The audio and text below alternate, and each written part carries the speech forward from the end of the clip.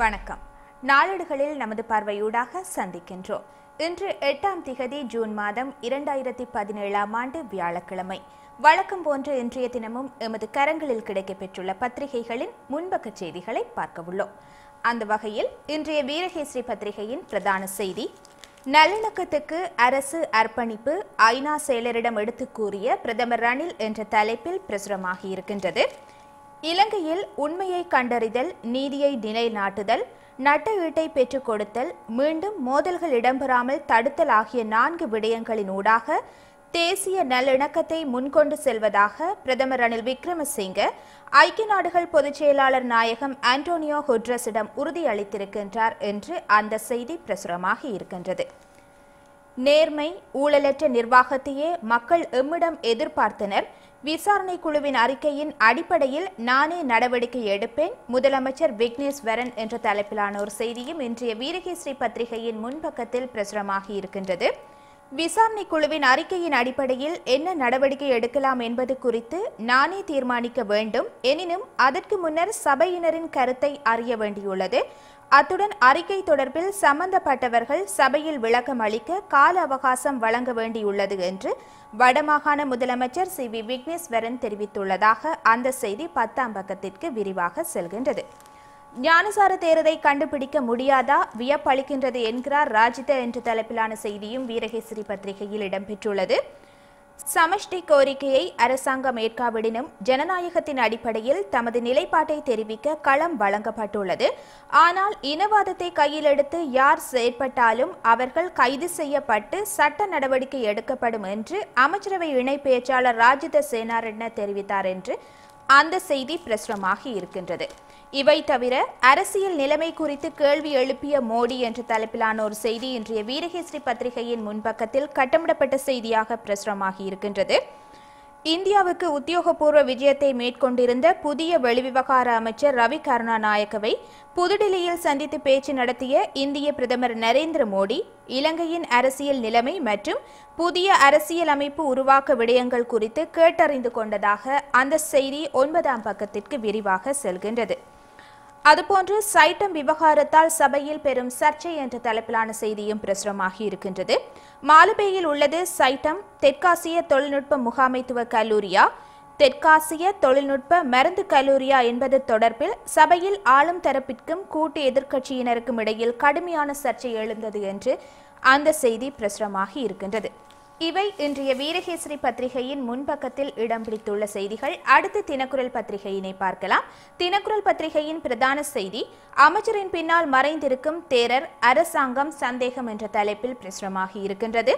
பொதுபல சேனாவின் பொதுச் செயலாளர் ஞானசார தேரர் நாட்டை விட்டு வெளியே எங்கேயும் செல்லவில்லை எனவும் நாட்டுக்குள்ளேயே எங்கேயோ ஓரிடத்தில் ஒளிந்தே இருப்பதாகவும் தெரிவித்துள்ள அமைச்சரவை பேச்சாளரான ராஜித சேனாரட்ன, இந்த சிறிய நாட்டுக்குள் ஒளிந்திருக்கும் ஒருவரை கைது செய்ய முடியவில்லை என கூறுவது சந்தேகங்களை ஏற்படுத்தியுள்ளதாகவும் தெரிவித்துள்ளதாக அந்த செய்தி பிரசுரமாகி இருக்கின்றது. யார் அந்த அமைச்சர் என்ற தலைப்பிலான செய்தி கேள்விக்குறியுடன் இன்றைய தினக்குரல் பத்திரிகையில் பிரசுரமாகி இருக்கின்றது. தலைமறைவாக உள்ள ஞானசார தேரரை அமைச்சர்கள் சிலரை மறைத்து வைத்திருப்பதாக தெரிவிக்கப்படும் நிலையில் அவர்கள் யார் என்பதை வெளிப்படுத்த வேண்டும் என தேசிய ஐக்கிய முன்னணியின் தலைவர் அசாத் சாலி தெரிவித்துள்ளார். அத்துடன் ஞானசார தேரரை நீதிமன்றில் ஆஜர்படுத்தும் வரை இது தொடர்பாக எந்த சமாதான பேச்சுக்கும் இணங்க மாட்டோம் எனவும் தெரிவித்துள்ளதாக அந்த செய்தி பிரசுரமாகி இருக்கின்றது. தமிழரசு கட்சி அவசரமாக கூடியது என்ற தலைப்பிலான செய்தியும் தினக்குரல் பத்திரிகையில் இடம்பெற்றுள்ளது.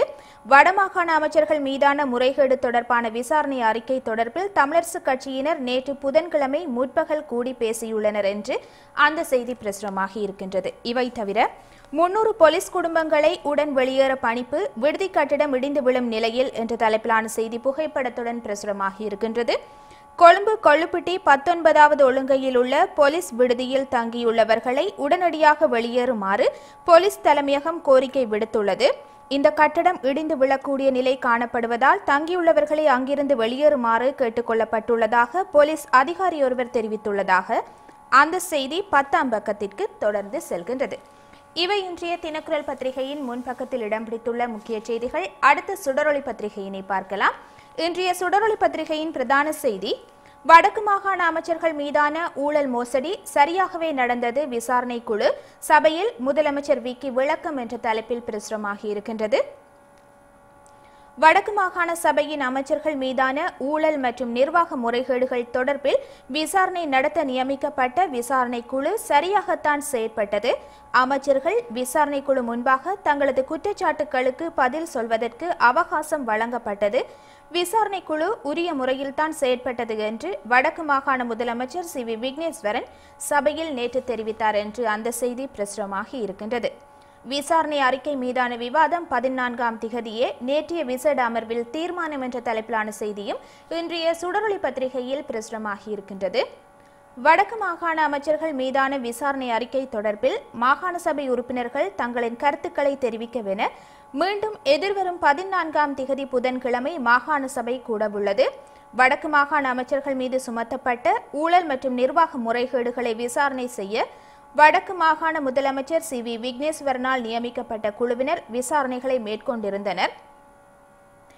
இந்நிலையில் மேற்படி விசாரணை அறிக்கை மீதான விவாதம் எதிர்வரும் 14ஆம் திகதி நடைபெறவுள்ளதாக அந்த செய்தி தொடர்ந்து செல்கின்றது. ஊடகங்களை உடன் வெளியேற்றுங்கள், சபையில் வேண்டுகோள் விடுத்தார் முதல்வர் விக்கி என்ற தலைப்பிலான செய்தியும் இன்றைய சுடரொளி பத்திரிகையில் கட்டமிடப்பட்ட செய்தியாக பிரசுரமாகி இருக்கின்றது.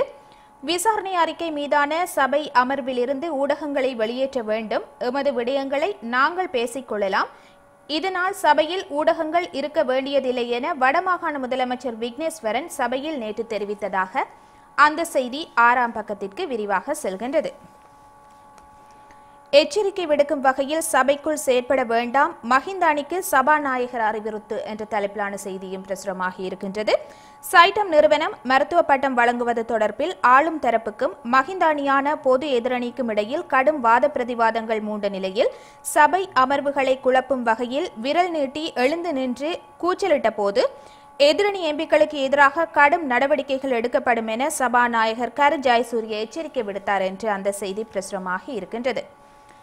கட்டாரில் உள்ள இலங்கையர்களுக்கு எவ்விதமான பிரச்சனையும் இல்லை, அந்நாட்டு இலங்கை தூதரகம் ஊர்ஜிதம் என்ற தலைப்பிலான செய்தியும் பிரசுரமாகி இருக்கின்றது. சர்ச்சைக்குள்ளாகி இருக்கும் கட்டாரில் தொழில் புரியும் இலங்கையர்களுக்கு எவ்வித பிரச்சனையும் இல்லை எனவும் அவர்கள் வழமை போல தங்களது தொழில்களை செய்து வருகின்றனர் எனவும் அந்நாட்டில் உள்ள இலங்கை தூதரகம் தெரிவித்துள்ளதாக அந்த செய்தி 6ஆம் பக்கத்திற்கு விரிவாக செல்கின்றது. இவை இன்றைய சுடரொளி பத்திரிகையின் முன்பக்கத்தில் இடம் பிடித்துள்ள முக்கிய செய்திகள். அடுத்து இன்றைய தினம் எமது கரங்களில் கிடைக்கப்பெற்றுள்ள சிங்கள நாளேடான லங்காதீபவின் பிரதான செய்தியினை பார்க்கலாம். லங்காதீபவின் பிரதான செய்தி ஈரான மத்திசபேட்ட திரஸ்த பிரகாரக் என்று வெளியாகியுள்ளது. ஈரான் நாடாளுமன்றில் தீவிரவாத தாக்குதல் என்பதே அந்த செய்தியாகும். அடுத்து ஆங்கில நாளேடான டெய்லி மிரரின் பிரதான செய்தியினை பார்க்கலாம். டெய்லி மிரரின் பிரதான செய்தி CEO of Perpetual Treasuries removed from Bond Commission என்ற தலைப்பில் பிரசுரமாகி இருக்கின்றது. பெர்பச்சுவல் ட்ரெஷரிஸ் நிறுவனத்தின் பிரதம நிறைவேற்று அதிகாரி மத்திய வங்கியின் பிணைமுறி மோசடி குறித்து விசாரணை செய்யும் ஆணைக்குழுவிலிருந்து வெளியேற்றப்பட்டதாக அந்த செய்தி பிரசுரமாகி இருக்கின்றது. அடுத்து இன்றைய பத்திரிகைகளில் வெளியாகியுள்ள ஆசிரியர் தலையங்கங்களில் எமது பார்வையினை செலுத்தலாம். இன்றைய வீரகேசரி பத்திரிகையின் ஆசிரியர் தலையங்கம் விக்னேஸ்வரனின் நடவடிக்கை முன்னுதாரணமாக அமையும் என்ற தலைப்பில் இன்றைய வீரகேசரி பத்திரிகையின் ஆசிரியர் தலையங்கம் பிரசுரமாகி இருக்கின்றது. வடமாகாண சபை அமைச்சர்களுக்கு எதிரான குற்றச்சாட்டுகள் தொடர்பில் விசாரணை நடத்துவதற்காக முதலமைச்சர் சி வி விக்னேஸ்வரனால் நியமிக்கப்பட்ட விசாரணை குழுவின் அறிக்கை மாகாண சபையின் நேற்றைய அமர்வின் போது சமர்ப்பிக்கப்பட்டுள்ளது. முதலமைச்சர் விக்னேஸ்வரன் விசாரணை அறிக்கையினை சபையில் சமர்ப்பித்துள்ளதுடன் அடுத்த கட்ட நடவடிக்கை தொடர்பிலும் ஆராயப்பட்டிருக்கின்றது. ஆனாலும் குற்றம் சாட்டப்பட்ட அமைச்சர்கள் தன்னிலை விளக்கத்தை அளிப்பதற்கு கால அவகாசம் அளித்த பின்னரே உறுதியான முடிவினை முதலமைச்சர் எடுப்பார் என்று தெரிகின்றது. வடமாகாண சபையில் குற்றம் சாட்டப்பட்ட அமைச்சர்களுக்கு எதிராக முதலமைச்சர் எடுக்கின்ற முடிவானது ஏனைய மாகாண சபைகள் உட்பட முழு நாட்டுக்கும் ஒரு முன்னுதாரணமாக அமையும் என்று நம்பலாம் என்று இன்றைய வீரகேசரி பத்திரிகையின் ஆசிரியர் தலையங்கம் வெளியாகியுள்ளது. அடுத்து தினக்குரல் பத்திரிகையின் ஆசிரியர் தலையங்கத்தினை பார்க்கலாம். கடமைக்கு அப்பால் சேவை உணர்வு அவசியம் என்ற தலைப்பில் இன்றைய தினக்குரல் பத்திரிகையின் ஆசிரியர் தலையங்கம் பிரசுரமாகி இருக்கின்றது. வடக்கில் அரசு திணைக்களங்கள் உட்பட பல்வேறுபட்ட நிறுவனங்களில் கடமையாற்றும் அதிகாரிகள் உட்பட அலுவலர்கள் பொதுமக்கள் எதிர்நோக்கும் பிரச்சினைகளுக்கு தமது அதிகாரம் பொறுப்புக்கு உட்பட்ட வகையில் கடமைகளை முழுமையாக நிறைவேற்றுகின்றார்களா என்ற கேள்வி மக்கள் மத்தியில் பரவலாக மேலெழுந்திருப்பதை அவதானிக்க முடிகின்றது. யுத்தம் முடிவுக்கு கொண்டுவரப்பட்டு 8 ஆண்டுகள் நிறைவடைந்துவிட்டன. வடக்கில் மாகாண சபை நிர்வாகம் ஏற்படுத்தப்பட்டு 4 ஆண்டுகள் முடிவடையும் நிலையில் உள்ளது.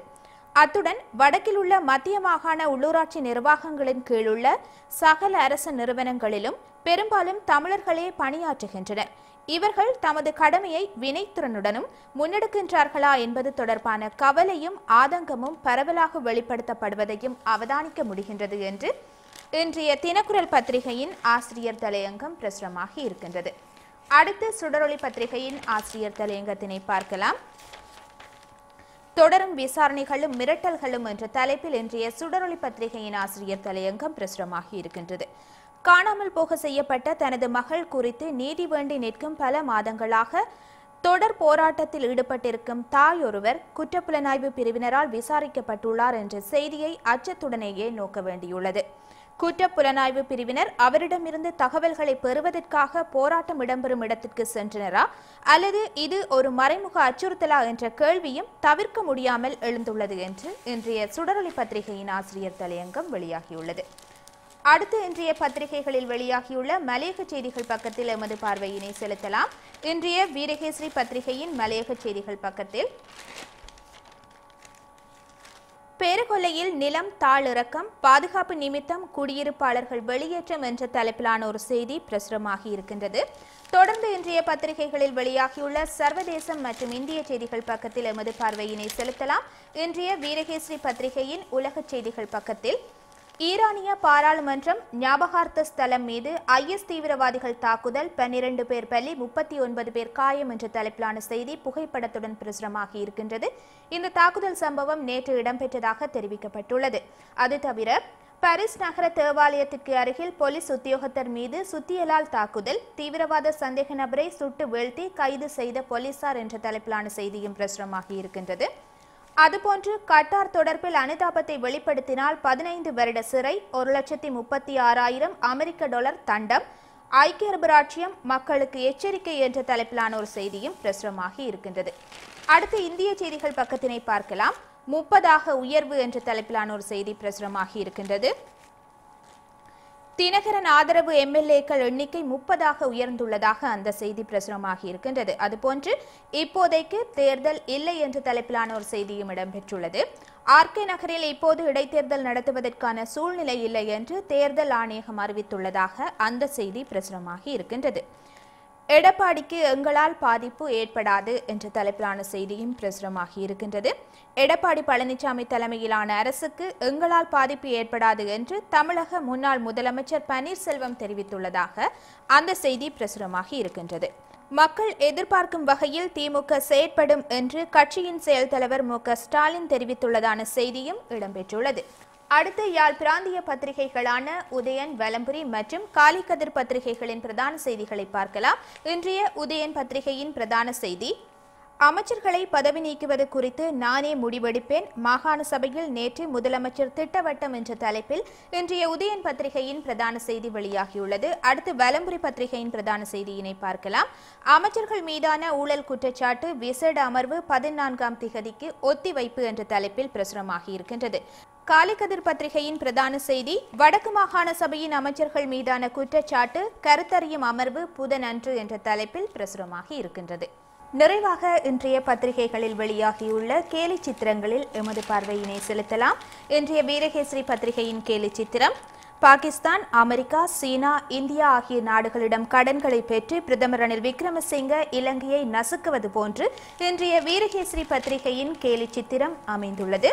அடுத்து தினக்குரல் பத்திரிகையின் கேலி சித்திரத்தினை பார்க்கலாம். இன்றைய தினக்குரல் பத்திரிகையின் கேலி சித்திரம், இனவாத பேச்சுக்களால் சர்ச்சையை ஏற்படுத்தியுள்ள பொதுபல சேனாவின் பொதுச் செயலாளர் ஞானசார தேரர் சர்வதேசத்தை ஆட்டம் காட்டியுள்ள IS பயங்கரவாதிகளை விட ஆபத்தானவர் என்பது போன்று சித்தரிப்பதாக இன்றைய தினக்குரல் பத்திரிகையின் கேலி சித்திரம் அமைந்துள்ளது. இதுவரை இன்றைய தினம் இலங்கையில் வெளியாகியிருந்த தமிழ், சிங்கள மற்றும் ஆங்கில மொழி பத்திரிகைகளின் ஒரு கண்ணோட்டத்தினை பார்த்திருந்தோம். மீண்டும் ஒரு நாளேடுகளில் நமது பார்வையூடாக சந்திப்போம். வணக்கம்.